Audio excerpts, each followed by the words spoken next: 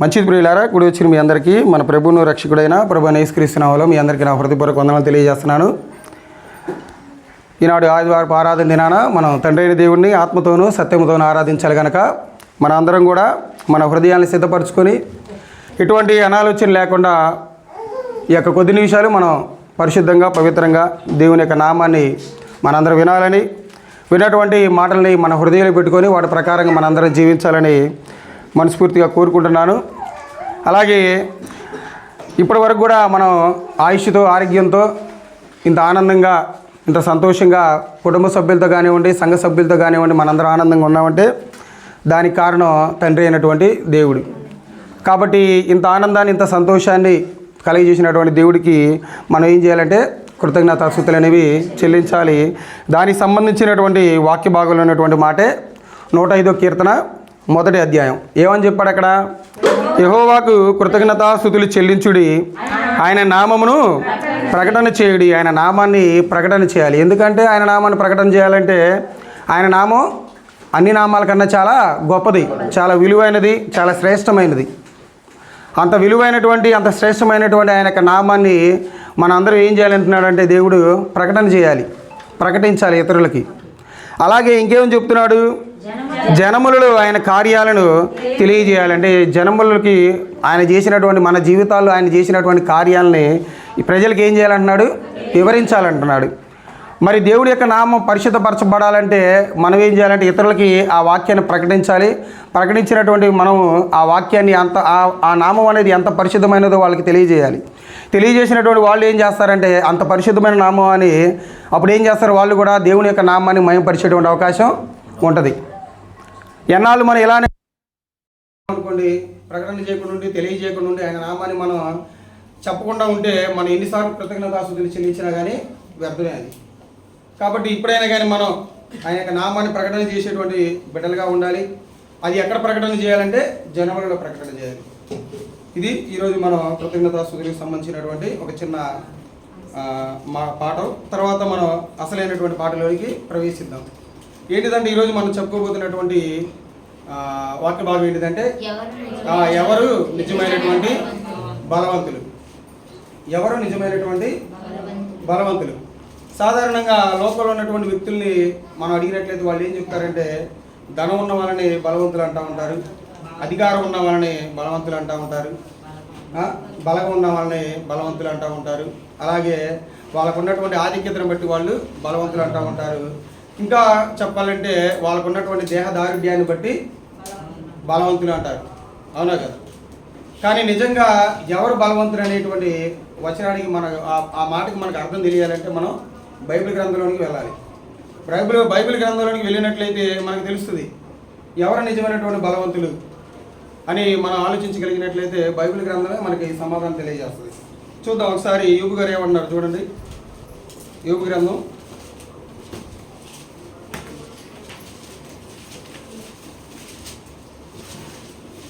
36వ అధ్యాయం.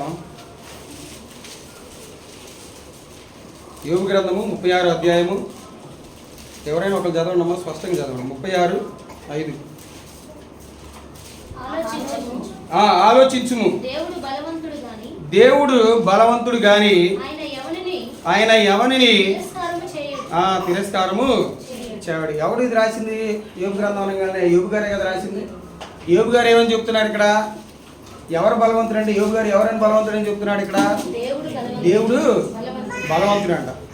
దేవుడు చాలా బలవంతుడు అంట.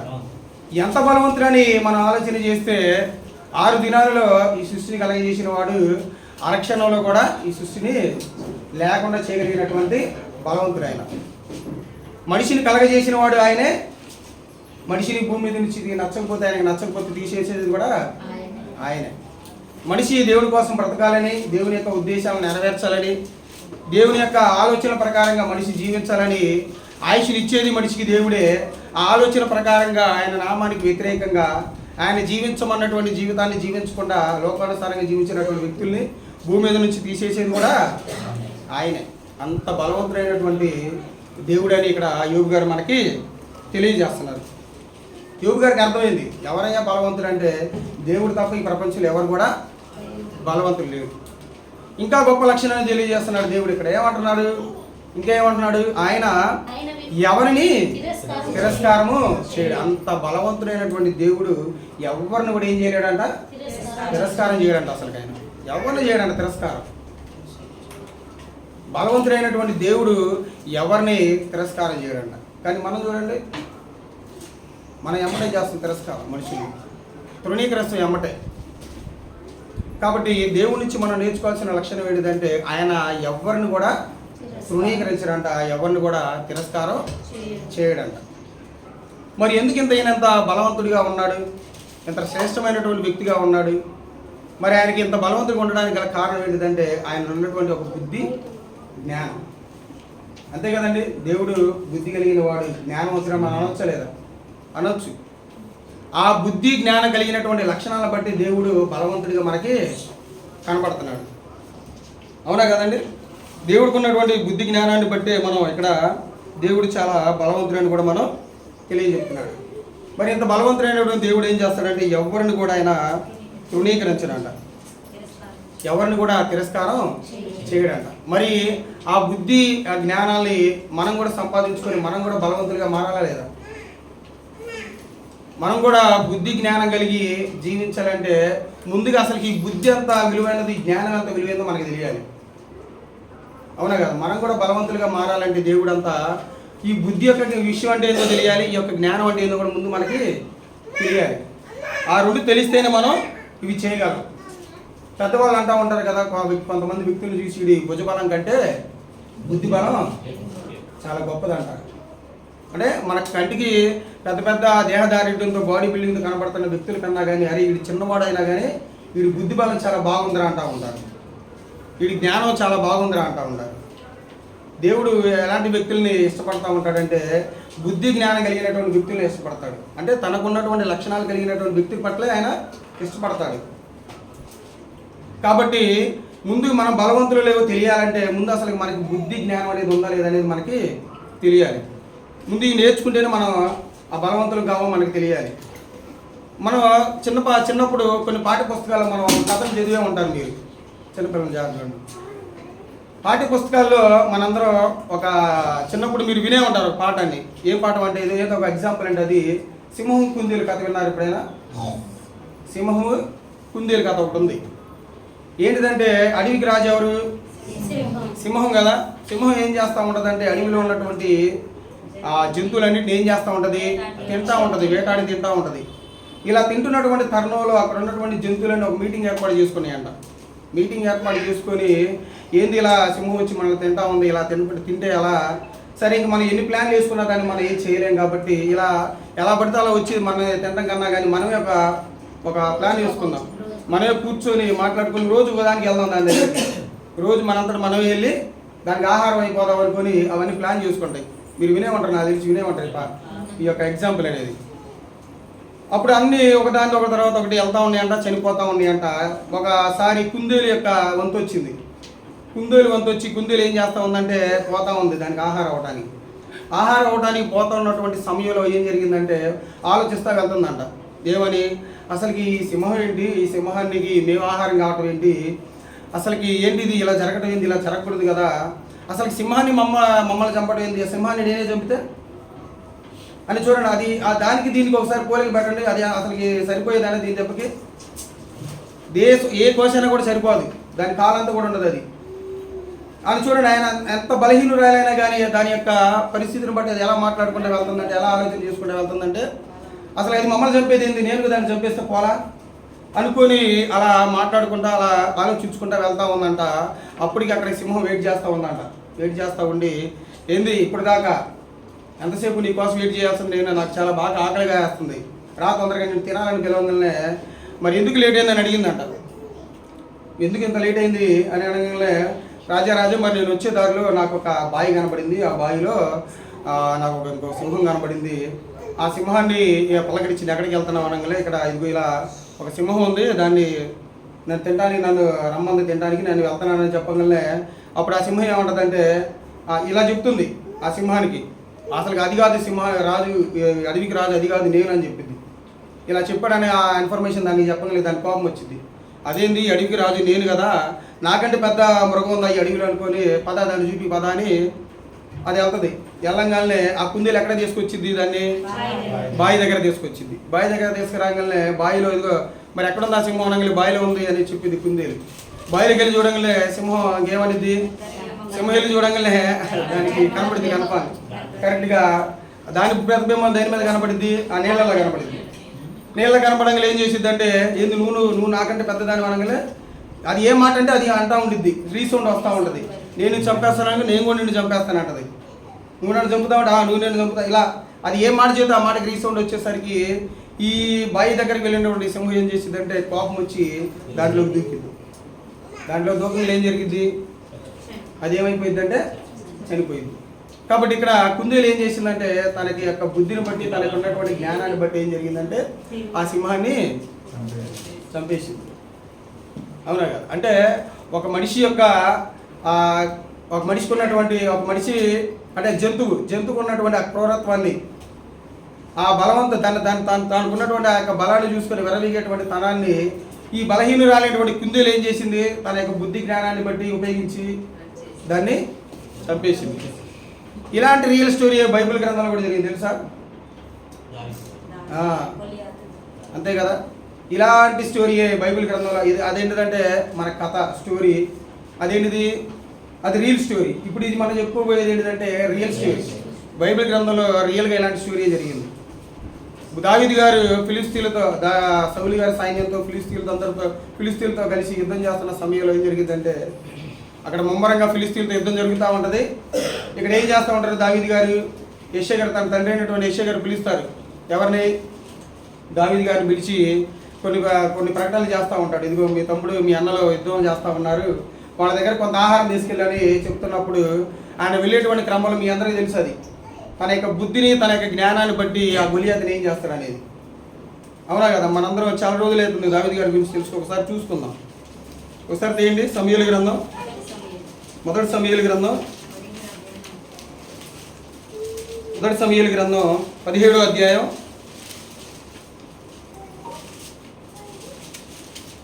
17వ అధ్యాయం 14 వచ్చిన కాడ నుంచి చూద్దాం ఒకసారి. అంటే ఇక్కడ దావీదు యొక్క హిస్టరీ మొత్తం పెద్దవారైన ముగ్గురు పోయి ఉండిరి గాని దావీదు బెత్లెహేములో తన తండ్రి గొర్రెలను మేపుచు సౌలు నొద్దకు తిరిగి పోవచ్చు వచ్చుచుండెను. ఆ ఫిలిస్తీయుడు ఉదయమునను సాయంత్రమునను బయలుదేరుచు 40 దినములు తన్ను తాను అగుపరుచుకొనెను. యెషయి తన కుమారుడైన దావీదును పిలిచి నీ సహోదరుల కొరకు వేయించిన ఈ గోధుమలలో ఒక తూమెడును ఈ 10 రొట్టెలను తీసుకొని దండులోనున్న నీ సహోదరుల దగ్గరకు త్వరగా పొమ్ము అని ఇలా దావీదు గారికి యెషయా గారు ఏం చేస్తాడు, ఒక పని అప్పు చెప్తాడు. అక్కడ ఫిలిస్తీన్లతో బాగా యుద్ధం జరుగుతూ ఉంది. నువ్వు వెళ్ళి నీ సహోదరులకి కొంత ఆహారం ఇవ్వు, కొంత జొన్న రొట్టెలు కానివ్వండి, ఈ రొట్టెలు కానివ్వండి, కిందకు వచ్చేసరికి జున్ను గడ్డలు కానివ్వండి, మీ యొక్క శాస్త్రాధిపతికి ఇవ్వమని ఆ యెషయా గారు తన కుమారుడైనటువంటి దావీదు గారికి చెప్తాడు. ఇవన్నీ తీసుకొని దావీదు గారు ఎక్కడికి వెళ్తాడు, యుద్ధం జరిగేటువంటి ప్లేస్కి వెళ్తూ ఉంటాడు. యుద్ధం జరిగేటువంటి ప్లేస్కి వెళ్ళగానే అక్కడ అతను వచ్చేటువంటి తరుణాన్ని ఎవరు చూస్తారంటే తన సహోదరులు చూస్తారు. సహోదరులు చూసి అతన్ని కోపగించుకుంటారు. నువ్వు ఎందుకు వచ్చావు ఇక్కడికి, ఇక్కడ యుద్ధం జరుగుతుంది కదా, నీకు ఏం పని ఇక్కడ అని అడిగినప్పుడు ఇంకా ఆయన పట్టించుకోడు. ఆయన పట్టించుకోపోయేసరికి ఏమంటే సౌలు దగ్గరికి వెళ్తారు. సౌలు గారి దగ్గరికి వెళ్ళి శబ్దం చేస్తాడు. ఏంది అసలుకి ఆయన మీదకి మన మీద కథను రావటం ఏంటి, అసలుకి మన రాజ్యంలో కథను రావటం ఏంటి, నేను చంపేస్తాను అర్థం అనుకుంటాడు. ఎందుకంటే మీకు డైరెక్ట్గా చెప్పేస్తాను, అక్కడ ఇన్ఫర్మేషన్ మీకు తెలుసు కాబట్టి. ఫిలిస్తీన్లు చూడంగా అక్కడ ఉన్న వాళ్ళందరూ ఏం చేస్తారో తెలుసా, భయపడతారు. అక్కడ ఉన్నటువంటి ఇజ్రాయెల్ ప్రజలందరూ వాళ్ళ డేరాలో పోయి దాక్కుంటూ ఉంటారు. ఎందుకంటే 6 అడుగుల పైనే ఉంటాడు ఆయన చంపడానికి వాళ్ళ మీద యుద్ధంకి వెళ్ళడానికి భయపడతా ఉంటారు. భయపడుతున్నటువంటి సమయంలో దావీదు గారు ఎంటర్ అవుతారు. దావీదు గారు ఎంటర్ అయ్యి నేను చేస్తాను యుద్ధం అని చెప్పగానే నువ్వు చేస్తావని దావీదు గారు అడుగుతుంది. చేస్తాను, దేన్ని బట్టి చేస్తావని అడగగానే ఆయనకు 2 ఎగ్జాంపుల్ చెబుతాడు. ఎవరికి? సౌలు గారికి. నేను గొర్రెలు మేపేటప్పుడు నా గొర్రెల మంద మీదకి ఫస్ట్ సింహం వచ్చింది, ఆ సింహాన్ని నేనే చంపాను అంటాడు. తర్వాత ఎలుగుబంటి వచ్చింది, ఎలుగుబంటిని కూడా నేనే చంపాను అంటాడు. ఇంత ధైర్యాన్ని, ఇంత పౌరుషాన్ని, ఇంత విశ్వాసాన్ని చూసినటువంటి సౌలు గారు ఏం చెప్తున్నారంటే ఆయనకి, సరే నువ్వు యుద్ధం చేస్తావా, సరే వెళ్ళిపోమని అతనికి అవకాశం ఇస్తాడు. అవకాశం ఇచ్చినటువంటి ముందుగా ఇంకేం జరిగిందంటే, ఈ యొక్క ఫిలిస్తీన్ని ఎవరైతే చంపుతారో దానికి నేను కొంతమందికి నేను బహుమానాలు ఇస్తానని చెబుతూ ఉంటాడు సౌలు గారు. ఎలాంటి బహుమానాలు? మొదటిగా నా కూతురుని ఇస్తానంటాడు. ఈ బహుమానాలు కూడా తెలుసుకుంటాడు దావీదు గారు. తెలుసుకొని సౌలు గారు ఇచ్చినటువంటి పర్మిషన్ ప్రకారం ఏం చేస్తాడంటే ఆయన యుద్ధానికి వెళ్తాడు. యుద్ధానికి వెళ్ళేటప్పుడు కత్తి ఏం తీసుకుని వెళ్తాడు ఆయన? ఉన్నండి రాళ్ళని ఏముంటుందంటే ఈట ఉంటుంది. ఈట అది వడిస. ఆ వడిస తీసుకొని వెళ్ళి ఆ వడిసలో రాళ్ళు పెట్టి వెళ్తున్నసరికి ఆ ఆకారాన్ని చూసినటువంటి వ్యక్తిని చూసినటువంటి ఆ యొక్క వ్యక్తి, ఆయన పేరేంటిది? గొలియాత్.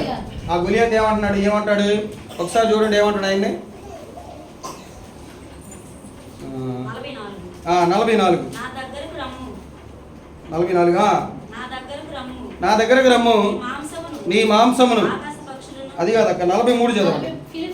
ఫిలిస్తీయుడు కర్ర తీసుకొని నీవు నా మీదకి వచ్చుచున్నావే, నేను కుక్కన అని దావీదుతో చెప్పి తన దేవతల పేరిట దావీదులో, ఏందయ్యా నేను కుక్క మీదకి వచ్చినట్టు వస్తున్నాను, నువ్వెంత నేనంతా, రా నిన్ను కాళ్ళతో నల్లిని నొక్కినట్టు నొక్కి నిన్ను చంపేస్తానని చెప్పగానే ఆయన ఏం చేస్తాడు చూడండి.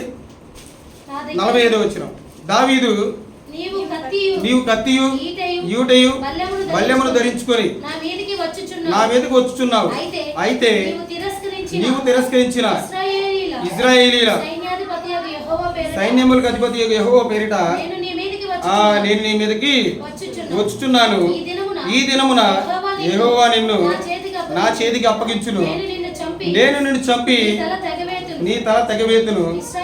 ఇశ్రాయేలీలలో దేవుడు ఉన్నాడని లోక నివాసులందరూ తెలుసుకున్నట్లు నేను ఈ దినమున ఫిలిస్తీయుల యొక్క కళేబరములను ఆకాశ పక్షులను భూమృగములకును ఇస్తున్నాను. ఏం చేస్తాడంటే గొప్ప విశ్వాసంతో ఆయన వడిసెలో ఆ రాయి పెట్టుకుని ఒక్కటే ఒక పొట్టు కావడం వల్ల ఆ రాయి ఎక్కువ ఎక్కడ తిరిగి దానికి నుదుటి తగ్గంగా ఎమ్మటే ఏం చేస్తాడంటే ఆయన పడిపోతాడు.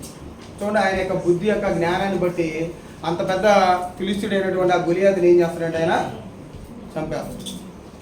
మరి ఎందుకయ్యా అంత బలం, అంత విశ్వాసం అంటే దావీదు గారికి అంత బుద్ధి, అంత జ్ఞానం ఎందుకు వచ్చిందయ్యా అంటే దేవుడి పట్ల ఆయన భయభక్తులు కలిగి జీవించాడు. ఆయన అంత బుద్ధి, అంత జ్ఞానం కలిగి ఎలా ఆయన ముందుకు వచ్చాడంటే, అంత విశ్వాసం కలిగి ఉన్నాడంటే ఆయనకి ఎలా వచ్చిందంటే ఆయన దేవుడి ఎడల భయము భక్తి కలిగి జీవించడాన్ని బట్టి ఆయనకి అంత బలవంతుడై ప్రవర్తించాడు అక్కడ. కాబట్టి మరి ఇలాంటి బలవంతుడైనటువంటి లక్షణాలు మనకి కావాలంటే మనకి కావాలి. మనకు కూడా బుద్ధి జ్ఞానం ఉంటే మన జీవితంలో వచ్చేటువంటి సమస్యలైనా కానీ మనం చాలా చాకచక్యంగా పరిష్కరించుకోవచ్చు. తెలుసా మీ అందరికీ? మనకు కానీ బుద్ధి జ్ఞానం ఈ రెండు ఉంటే చాలు. చాలామందికి ఒక పని చేయాలంటే బాగా బలం ఉండాలరా, బాగా దేహం ఉండాలని అనుకుంటూ ఉంటారు. ఇవన్నీ అవసరం లేదు. ఒక పని చేయాలంటే మనకి బుద్ధి జ్ఞానం ఉంటే చాలు. అది ఎలాంటి పనినైనా కానీ మనం చేయగలం. మరి అంత బుద్ధి జ్ఞానం, అంత దేవుని యందు భయభక్తి కలిగినటువంటి అంత చిన్న దావీదు గారు ఆయన గెలిచాడంటే మరి ఎవరు కారణం? ఆయన గెలవడానికి గల కారణం ఏంటిది? ఎవరు? దేవుడే. అంత బలాన్ని సమకూర్చింది, అంత బలాన్ని ఇచ్చింది ఎవరు? ఆయనకంటే దేవుడే. కాబట్టి ఆయనంతో బలవంతుడిగా మనం కూడా మారిపోవాలి. మరి మన దగ్గరకు వచ్చేసరికి మనం కూడా బలవంతులుగా ఉన్నామా లేదనేది కూడా మనం పరిశీలించుకోవాలి. ఒకసారి మనం కూడా నిజంగా బలవంతులై ఉన్నామా? మనకు కూడా బుద్ధి జ్ఞానం ఉందా? మరి బుద్ధి జ్ఞానం కలిగినటువంటి బలవంతులుగా మనం ఉండాలంటే మనం కూడా లేఖనానుసారంగా ఒకసారి చెక్ చేసుకోవాలి. మనకు కూడా ఉందా లేదనేది, మనం కూడా బలవంతులుగా ఉన్నామా లేదనేది చూసుకుందాం. చూడండి, అలాగే పౌలు గారు చెప్తాడు చూడండి ఒక మాట, రోమా సంఘానికి ఒక మాట చెప్తాడు చూడండి.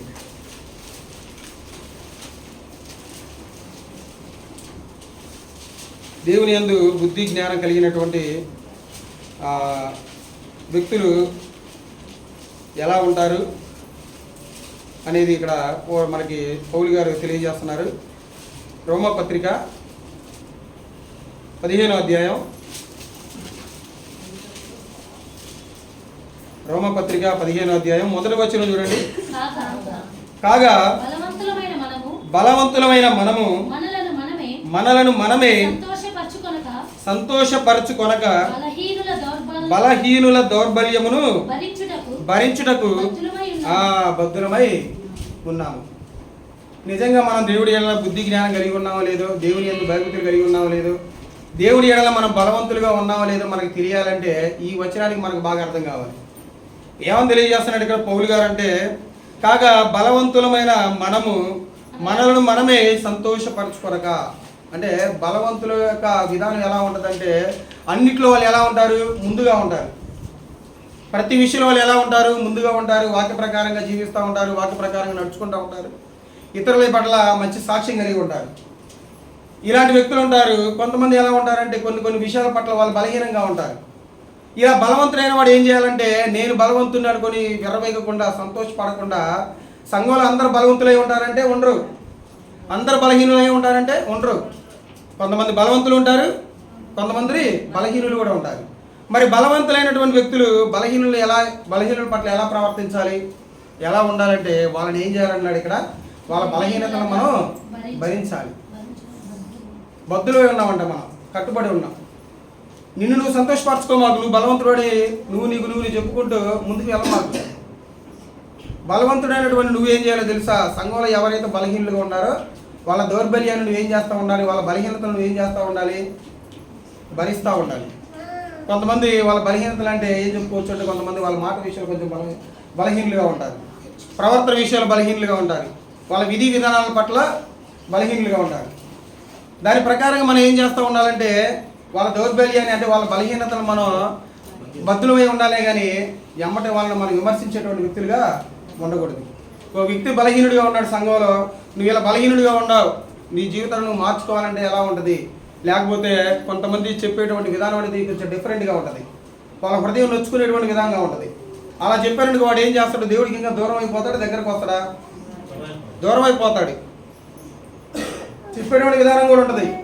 దగ్గరకు పిలిచి నాన్న ఇదిరా ఇదిగో ఇలా ఉండాలని వాడి బలహీనతలు తెలిసినటువంటి వ్యక్తిగా నువ్వు బలవంతుడు అయితే నువ్వేం చేస్తావో తెలుసా? అతని యొక్క బలహీనతను అర్థం చేసుకొని అతను బలవంతుడు చేసి అతను బలవంతుడిగా నువ్వు లేపాలి. అతని బలహీనతను నువ్వు క్యాచ్ చేసుకొని నువ్వు అతని బానిసగా చేసుకొని, లేకపోతే ఏదో ఒక వాక్యం తీసుకొని అతనికి కొంచెం రివర్స్గా చెప్పేవానికి అతను ఏమైపోతాడు? ఇంకా బలహీనమైపోతాడు, ఇంకా దేవుడి నుంచి దూరం అయ్యే అవకాశం ఉంటుంది. తన మాటను అర్థం చేసుకోవాలి. బలవంతులైనటువంటి వాళ్ళు ఉంటే సంఘంలో తన ప్రవర్తనని అర్థం చేసుకుంటూ ఉండాలి. చిన్నగా మార్చుకుంటూ రావాలి. అదే వాళ్ళ యొక్క దౌర్బల్యాన్ని మనం భరించడం అంటే. అలా కాకుండా మనల్ని మనమే సంతోషపరుచుకుంటూ ఉన్నాం అనుకోండి, అది కరెక్ట్ అయినటువంటి విధానం కాదు. ఇలా సహోదరుల యొక్క బలహీనతలో భరించిన వ్యక్తిగా మనం ఎవరిని చెప్పుకోవచ్చు అంటే యేసుక్రీస్తు వారిని చెప్పుకోవచ్చు. ఆయన ఎంత బలవంతుడో తెలుసా? చాలా గొప్ప బలవంతుడు. ప్రపంచం అంతా ఒక సైడ్ ఉన్నా కానీ ఆయన ఎంత బాధించినా కానీ ఆయన ఏం చేస్తాడు? భరిస్తాడు. ఆయన ఏం చేస్తాడు? భరిస్తాడే కానీ ఎదురు తిరిగి ఒక మాట కూడా అనడు. యూదులు ఎలా చేశారో తెలుసుగా, ఆయన్ని ఎలా బాధ పెట్టారో తెలుసుగా, ఆయన్ని ఎంతగా హింసించారో తెలుసుగా మనందరికీ. అన్ని చేసినా కానీ ఆయన ఒక మాట అన్నాడు. ఆయన బలవంతుడైనటువంటి వ్యక్తి. వాళ్ళ బలహీనతను అర్థం చేసుకొని ఆయన ఏం చేశాడంటే ఇంకా బలవంతుడయ్యాడు. వాళ్ళని ఎప్పటికప్పుడు మార్చాలని చూశాడే కానీ వాళ్ళ విధానాన్ని వీక్నెస్గా తీసుకోవాలి. ఇంకా వాళ్ళని ఎలాగైనా కానీ బలవంతులుగా చేయాలని చూశాడే కానీ వాళ్ళని రకరకాలైనటువంటి మాటలతో ఇబ్బంది పెట్టాలని చూడాలి. వాళ్ళ మాటలు బట్టి ఈయన ఇంకా కురిగిపోయాడే కానీ వాళ్ళని ఎప్పుడు కూడా ఒక మాట కూడా అనలేదే. మనం కూడా బలవంతుడిగా అలాగే ఒక మాట ఉండదు చూడండి. యేసుక్రీస్తు వారు ఎలాగ బలవంతుడు అనేది చూద్దాం మనం. మత్తయి సువార్త 5వ అధ్యాయం. మత్తయి సువార్త ఒక మాట ఉంటుంది. 5వ అధ్యాయం 39వ వచనంలో ఒక మాట ఉంటుంది. దుష్టుని ఎదిరింపక నిన్ను కుడి చెంప మీద కొట్టువాని వైపునకు ఎడమ చెంప కూడా త్రిప్పుము. బలవంతుడు అయినటువంటి వ్యక్తి చేసేటువంటి విధానం. నేను ఎవరైనా బాధపడుతున్నాడు అనుకో, నేను ఎవరైనా ఇబ్బంది పడుతున్నారు అనుకోండి, నువ్వు ఏం చేస్తూ ఉండాలి? బలవంతుడైనటువంటి నువ్వు ఏం చేస్తూ ఉండాలంటే వాళ్ళ బలహీనతను నువ్వు భరించాలి. అప్పుడు నువ్వేమైపోతావు? బలవంతుడు అయిపోతావు. క్రీస్తు వారు చేశారా లేదా? ఆయన కొట్టారా? ఆయన తిట్టారా? ఆయన ముళ్ళ కిరీటం పెట్టారా? వెనక నుండి వచ్చి కొట్టి నిన్ను కొట్టింది ఎవరని అడిగారా? ఎప్పుడైనా కానీ ఒక మాట అన్నాడు ఆయన? ఎంత బలవంతుడిగా అయి చూపించాడు చూడండి. మరి ఎంతవరకు సహోదరుల యొక్క బలహీనతను మనం ఎంతవరకు భరించాలి? దానికి ఒక లెక్క ఉందా? సహోదరులు మనల్ని ఎడల ఇబ్బంది పెడతా ఉంటారు. ఇబ్బంది పెడతా ఉన్నప్పుడు అతని ఎడల ఎంతవరకు మనం ఎంతవరకు ఉండాలి? క్రీస్తు వారినే ఒకప్పుడు పేతురు గారు అడుగుతారు ఒక మాట. ఏమాట అడుగుతారు చూడండి. మత్తయి సువార్త 18వ అధ్యాయం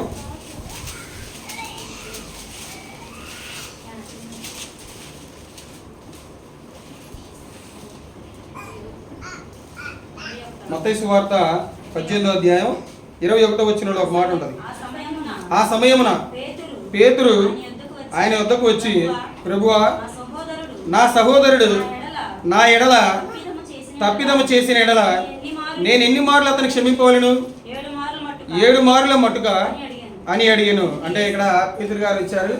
ఇక్కడ ఏం జరుగుతుందంటే, బలహీనమైన వ్యక్తి ఎంతకాలం తన సహోదరుని భరించాలి? ఎంతవరకు అంటే క్రీస్తు వారు ఎన్ని సంవత్సరాలు పరిచయం చేశారు?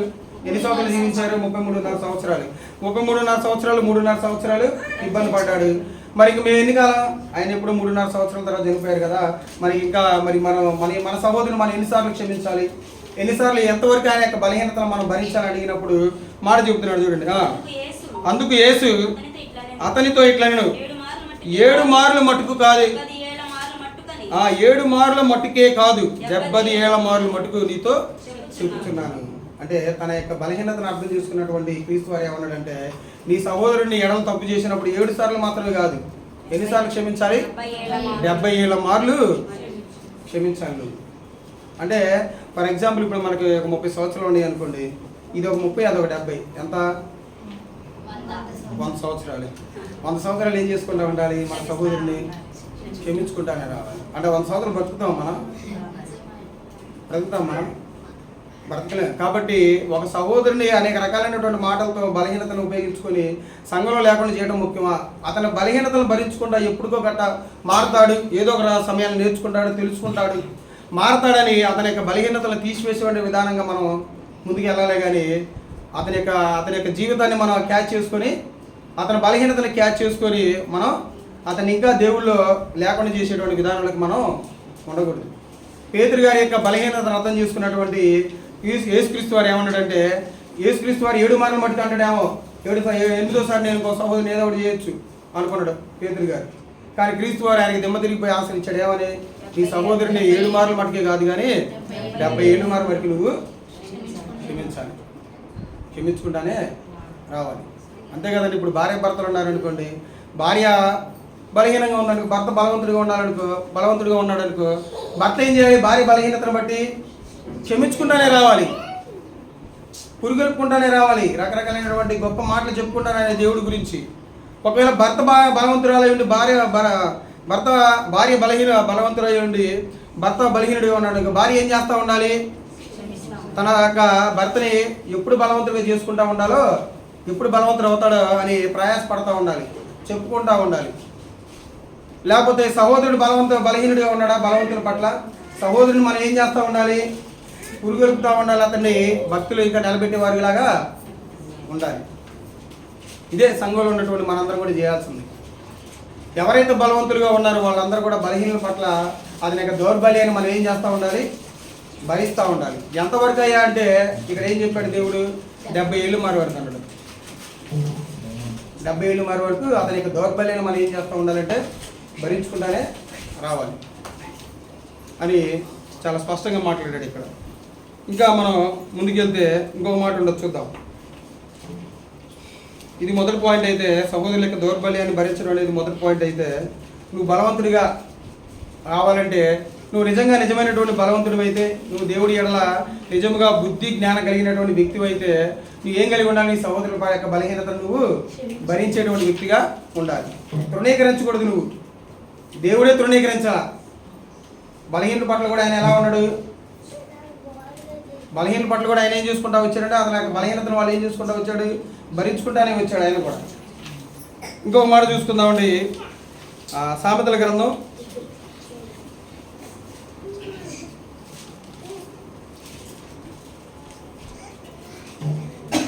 25వ అధ్యాయం, సామెతల గ్రంథం 25వ అధ్యాయం 21వ వచనంలో ఒక మాట ఉంటుంది. నీ పగవాడి ఆకలి గొనిన ఎడల వానికి భోజనము పెట్టుము, దప్పి కొనిన ఎడల వానికి దాహము. ఇది కొంచెం మనకి డిఫికల్ట్ కదా, అవునా కదా? ఏమన్నాడు? నీ పగవాడు ఆకలి కొనిన ఎడల వానికి భోజనం పెట్టాలంట. ఇది చాలా కష్టమైంది. ఫస్ట్ ఏదో ఒకటి కొంచెం అతని బలహీనతను మనం భరించవచ్చు, కానీ ఇది కొంచెం కష్టం కదా. బలవంతుడు అయిన వాడు ఏం చేయాలో తెలుసా? ఏం చేయాలి? తన పగగా ఉన్నటువంటి వ్యక్తి పట్ల, తన పగగా ఉన్న ఒక వ్యక్తి కనపడ్డాడు, అతనికి ఏం చేయాలంటున్నాడు? భోజనం పెట్టి అంటున్నాడు, ఆకలి తీర్చి అంటున్నాడు. అవసరమైతే ఏం చేయమన్నాడు? ఇంకా దప్పికొని ఎడల దాని అంటున్నాడు. నువ్వు నిజంగా బలవంతుడు అయితే నీ సహోదరుడు, నీ శత్రువు పట్ల నువ్వు ఇలానే ప్రవర్తించాలి. ఇలా ప్రవర్తించినప్పుడే నువ్వు బలవంతుడిగా ఉంటావు. అతను కూడా నీ ఎడల శత్రుత్వాన్ని తీసివేసుకోవాలంటే అతని దాహంగా ఉన్నప్పుడు నువ్వు దాహం ఇవ్వాలి, అతని సహాయం అడిగినప్పుడు నువ్వు సహాయం చేయాలి, అతని ఆపదలో ఉన్నప్పుడు నువ్వేం చేయాలి? ఆదుకోవాలి. అప్పుడే కదా నువ్వు ఒక సహోదరుని సంపాదించుకోగలవు.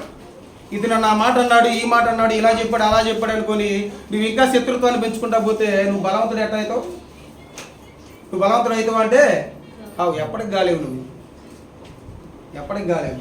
ఇక లోకల్ ఉన్నటువంటి వ్యక్తులకి మనకి తేడా ఏముంది? అసలు శత్రువులే ఉండకూడదు క్రైస్తవులకి. ఎవరో తెలుసా శత్రువులు? క్రైస్తవులకి అపవాదం ఒక్కడే శత్రువు. ఇంక ఎవరు కూడా ఉండకూడదు క్రైస్తవుడికి శత్రువులుగా. బలవంతుడైన వాడు ఏం చేస్తూ ఉంటాడంటే తన పగవాడికి కూడా ఆకలాడగానే అన్నం పెడతాడు, దాహం అనగానే దాహం వేస్తాడు. బలహీనుడైన వాడు ఏం చేస్తాడో తెలుసా? తన శత్రువు వస్తుంటే తలక ఉంచుకొని పోతాడు, వందనాలు కూడా చెప్పడు. ఏం చేస్తాడు బలహీనుడైన వాడు? వందనాలు కూడా చెప్పడు, మాట కూడా పలకరేయడు. కాబట్టి నీకు కూడా బుద్ధి జ్ఞానం ఉంటే, దేవుడి ఎడల భయము భక్తి ఉంటే, నువ్వు నిజంగా భయభక్తులు కలిగి ఉంటే, నువ్వు నిజంగా బలవంతుడు అయితే నీ శత్రువుని కూడా నువ్వేం చేయాలి? ప్రేమించాలి. అతని యొక్క అవసరతలు నువ్వు అక్కడగా ఉండాలి. అప్పుడే నువ్వు నిజమైనటువంటి బలవంతుడిగా ఉంటావు. ఇది 2వ పాయింట్. 3వ పాయింట్ చూసుకుందాం. చూడండి, గలతీయులకు రాసినటువంటి పత్రిక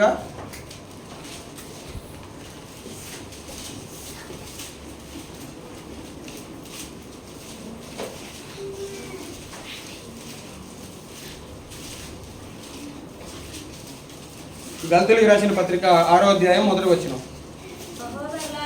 సహోదరులారా, ఒకడు ఏ తప్పిదములోనైనను చిక్కుకొనిన ఎడల ఆత్మ సంబంధులైన మీలో ప్రతివాడు తానును శోధింపబడునేమో అని తన విషయమై చూచుకొనుచు ఆ సాత్వికమైన మనస్సుతో ప్రతి వానిని అట్టి వానిని మంచి దారికి తీసుకొని రావాలడు. ఇది 3వ పాయింట్. నువ్వు నిజంగా బుద్ధి జ్ఞానం కలిగినటువంటి వ్యక్తి అయితే, నువ్వు నిజంగా బలవంతుడు అయితే ఇది కూడా చేయాలి నువ్వు నీ సహోదరు పట్ల. ఏమంటున్నాడు? సహోదరులారా, ఒకడు ఏ తప్పిదములోనైనను చిక్కుకొనే ఎడల ఆత్మ సంబంధులైన మీలో ప్రతివాడు తానును శోధింపబడునేమో అని తన విషయమై చూసుకొనుచు తర్వాత సాత్వికమైనటువంటి మనస్సుతో అట్టి వారిని మంచి దారికి తీసుకొని రావాలి. ఇది కూడా బలవంతుడికి ఉండేటువంటి ఒక లక్షణమే. సంఘంలో ఒక వ్యక్తి ఉన్నాడు, జీవిస్తూ ఉన్నాడు. కొద్ది సంవత్సరాల తర్వాత అతను ఏమైపోయాడు? పడిపోయాడు. పడిపోయినటువంటి వ్యక్తి పట్ల మనం ఎలా ఉండాలి? మనం కూడా అతను పడిపోయాడు కదా, అతను బాగానే ఉన్నాడు కదా అని అతని దారిలోకి మనం వెళ్ళాలా? మనల్ని మనం చెక్ చేసుకుని ఒకవేళ నేను కూడా ఇతని యొక్క బలహీనత బట్టి నేను కూడా పడిపోతానేమో. అలా పడిపోకుండా నువ్వు బలాన్ని పుంజుకొని అతను ఏం చేయాలో తెలుసా? దేవుళ్ళలోకి రాబట్టే విధిగా ఉండాలి. ఎలా రాబట్టాలి? సాత్వికమైనటువంటి మనసుతో ఉండాలి. అంటే మంచి ఆదరణ కలిగించేటువంటి మాటలు మాట్లాడాలి, బుద్ధి తెప్పించేటువంటి మాటలు మాట్లాడాలి. దేవుడు అంటే ఏంటో ఇంకొకసారి తెలియజేయాలి, పరిస్థితులు ఏంటో ఇంకోసారి అతనికి తెలియజేయాలి. అతని యొక్క బలహీనతను అర్థం చేసుకొని అతను మనం బలవంతుడిగా చేసి సంఘంలో తీసుకొచ్చే వాళ్ళగే మనందరమే ఉండాలి. బలవంతుడైన వ్యక్తి అలా చేస్తాడు. కొంతమంది రకరకాలైనటువంటి విధానాల్లో ఉంటారు.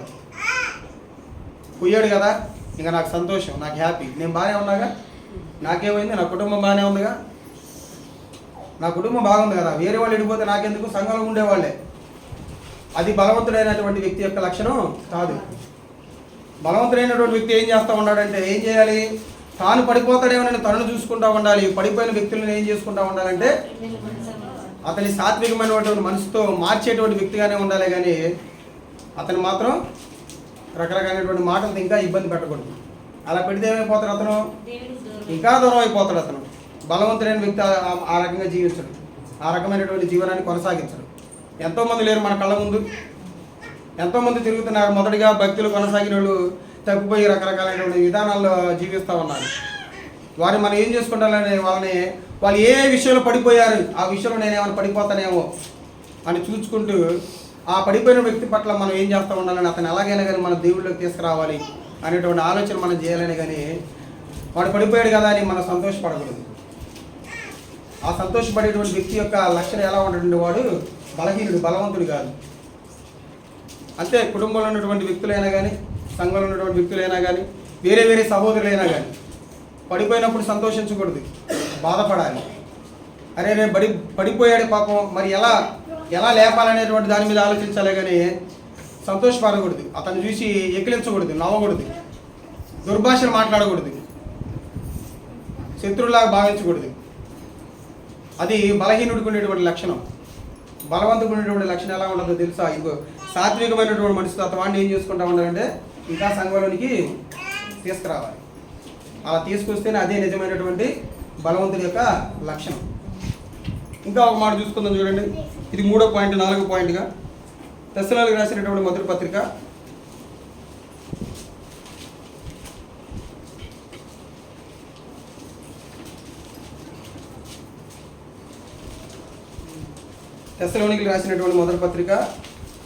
5వ అధ్యాయం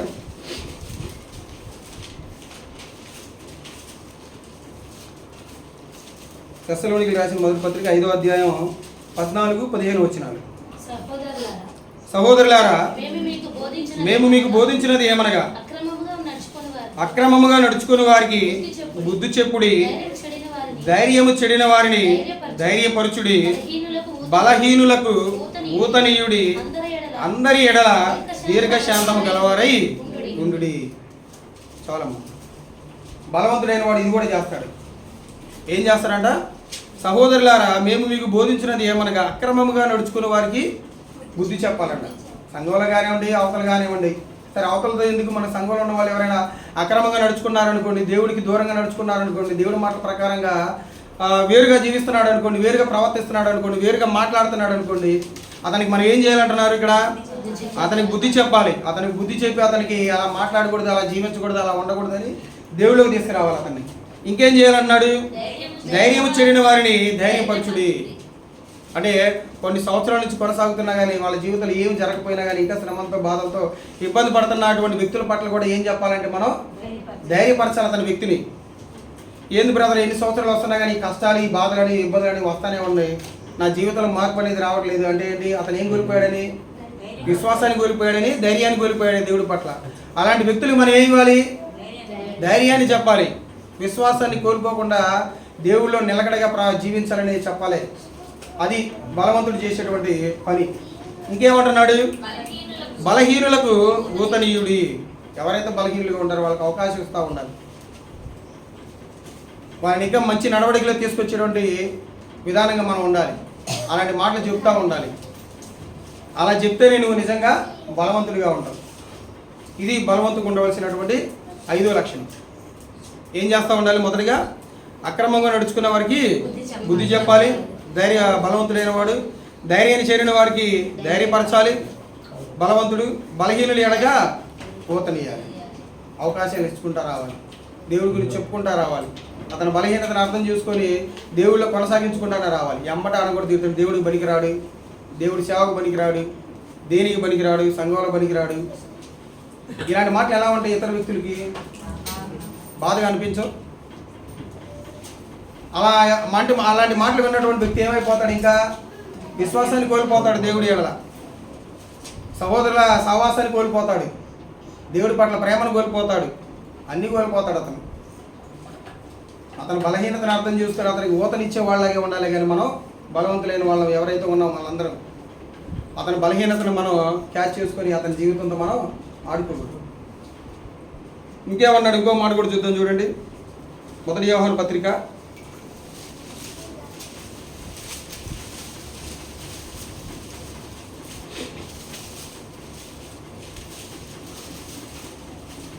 మొదటి యోహాను పత్రిక 2వ అధ్యాయం 14-15. చిన్నపిల్లలారా, మీరు తండ్రిని ఎరిగి ఉన్నారు గనుక మీకు రాయిచున్నాను. తండ్రులారా, మీరు ఆది నుండి ఉన్నవారిని ఎరిగి ఉన్నారు గనుక మీకు రాయిచున్నాను. యవనస్తులారా, మీరు బలవంతులు, దేవుని వాక్యము మీ యందు నిలుచుచున్నది. మీరు దృష్టిని జయించి ఉన్నారు గనుక మీకు రాయిచున్నాను. ఈ లోకమునైనను లోకములో ఉన్న వాటినైనను ప్రేమింపకుడి. ఎవడైనను లోకమును ప్రేమించిన ఎడల తండ్రి ప్రేమ వానిలో నుండదు. ఇక్కడ ఏమంటున్నాడంటే, యవనస్తులారా మీరు బలవంతులు. ఇంకేమంటున్నాడు? దేవుని వాక్యము మీ యందు నిలిచి ఉన్నది. బలవంతులైనటువంటి వ్యక్తుల్లో ఏముండదంట? దేవుని వాక్యం ఉండదంట. ఆ దేవుని వాక్యాన్ని బట్టి అందరిని బలవంతులుగా చేసే వ్యక్తిగానే ఉండాలి, కానీ బలహీనులుగా చేసేటువంటి వ్యక్తిగా ఉండకూడదు. ఎందుకంటే మీరు దుష్టుని జయించి ఉన్నారంటున్నాడు. ఇంకేమన్నాడు? కిందకు వచ్చేసరికి మంచి మాట అన్నాడు చూడండి. ఈ లోకమునైనను లోకములో ఉన్న వాటినైనను ప్రేమింపకడి. బలవంతుడైన వాడు ఏం చేస్తారంటే లోకంలో ఉన్న వాటిని వేటిని కూడా ప్రేమించడు. లోకంలో ఉన్న వాటిని ఇది నాది అనుకోడు, ఇది నా సొంతం అనుకోడు. ఏమనుకుంటాడు? దేవుడే సొంతం అనుకుంటాడు, దేవుడి మాటలే సొంతం అనుకుంటాడు, దేవుడు చెప్పినటువంటి మాటల ప్రకారం జీవించడమే సొంతం అనుకుంటాడు. ఇంకేమనుకుంటాడు చెప్పండి? ఇంకా ఏమన్నాడు కింద? ఈ లోకమునైనను ఎవడైనను లోకమును ప్రేమించిన ఎడల తండ్రి ప్రేమ వానిలో ఉండదు. నేను బలవంతుడిని చెప్పుకొని ఎలా పడితే అలా జీవించుకుంటా వచ్చామనుకోండి, తండ్రి ప్రేమ ఏముండదంట, అతనిలో ఉండదంట. అంటే అతనిలో ఆ మాటలు అనేవి రావు. బలహీనుల పట్ల ఆయనకి రెస్పాన్సిబిలిటీ ఉండదు. తండ్రి ప్రేమ లేనివాడు ఏం చేస్తాడు? బలహీనుడే. ఆ బలహీనుడు ఏం చేస్తాడు? ఇంకొక బలహీనుడిని బలహీనపరుస్తాడే కానీ బలవంతుడిగా చేస్తాడా? చేయలేడు. ఇది కూడా ఒక పాయింట్. చివరికి ఇంకో పాయింట్ చూసుకుందాం. ఎఫెసీయులకు రాసిన పత్రిక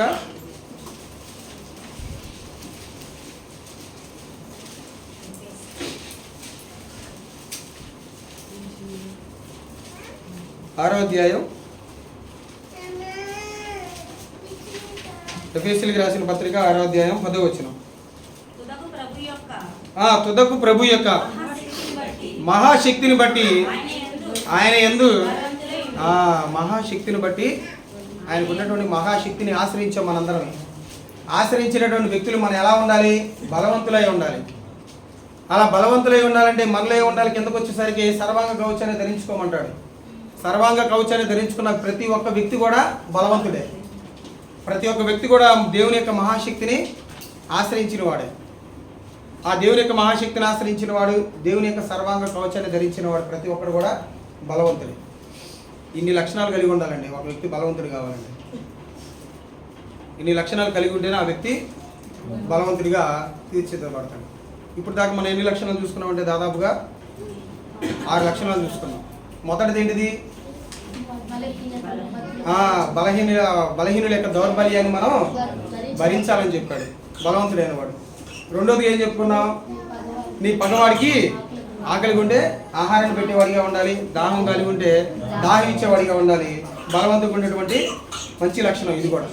మూడోది ఏం చెప్పుకున్నాం మనం? సాత్వికమైనటువంటి మనసుతో తాను పడిపోతాడేమోనని తన యొక్క బలహీనతను బట్టి బలహీనుని ఏం చేసుకుంటామంటే సాత్వికమైన మనసుతో మంచి దారిలో తీసుకురావాలి, అతన్ని మళ్ళీ దేవుళ్ళలోకి నిలబెట్టాలి. అది కూడా బలవంతుకు ఉండవలసినటువంటి లక్షణం. నాలుగోది ఏంటిది? ఎవరైతే తెస్సలోనిక పత్రికలో ఉన్నది అక్రమంగా నడుచుకునే వ్యక్తికి బలవంతుడైన వాడు బుద్ధి చెప్పాలి, ధైర్యం లేని వారికి ధైర్యపరచాలి, బలహీనులైన వాడి యొక్క బలహీనతని అదేనా ఉంది భరించాలి. కిందకు వచ్చేసరికి ఇంకొక లక్షణం ఏంటిది? మొదటి యోహాను పత్రికలో ఉన్నటువంటిది ఏంటిది? 2వ అధ్యాయం 14-15 వచనాల్లో ఉన్నది. లోకంలో ఉన్న వాటినైనను బలవంతుడైన వాడు ఏం చేయకూడదు అంటే ప్రేమించకూడదు. ఒకవేళ లోపలి వ్యక్తి అయినా పడిపోయాడు వాడిని లేపే వ్యక్తిగా ఉండాలి, కానీ పట్టించుకునే వ్యక్తిగా అతను ఉండకూడదు. ఇంకేముండదు చివరికి వచ్చేసరికి దేవుని యొక్క సర్వాంగ కవచాన్ని ధరించిన వ్యక్తి, దేవుని యొక్క మహాశక్తిని ఆశ్రయించినటువంటి వ్యక్తి బలవంతుడిగా ఉండాలి. ఈ బలవంతుడు యొక్క కలిగి ఉండాలంటే మనకేం ఉండాలి? ముందుగా బుద్ధి ఉండాలి, జ్ఞానం ఉండాలి, దేవుని ఎడల భయము భక్తి ఉండాలి. ఇవన్నీ కలిగి ఉంటేనే మనందరం బలవంతులుగా ఉండాలి. ఇవన్నీ లేకుండా నేను బలవంతుని చెప్పుకుంటే ఉపయోగం లేదు. ఒకవేళ ఇలాంటి లక్షణాలు మనలో లేవా, నాతో సహా నాలో లేవా, నేనేం చేయాలి? నేర్చుకుంటూ ఉండాలి. మనలో మీలో లేరా? మీరేం చేస్తూ ఉండాలి? నేర్చుకుంటూ ఉండాలి. అలాంటి లక్షణాలు కలిగి మనందరమే జీవించాలి. అలా జీవిస్తేనే మనందరం కూడా నిజమైనటువంటి బలవంతులుగా మనందరమే ఉంటాం. లేకపోతే మనం కూడా బలహీన జాబితాలోకి వెళ్ళిపోతాం. అర్థమైందా పాఠం? మంచిది. ఇప్పటివరకు వాక్యాన్ని మీ అందరికి కూడా నా హృదయపూర్వక వందనాలు తెలియజేస్తూ నా మాటలు ముగిస్తున్నాం. మీ అందరికీ వందనాలు.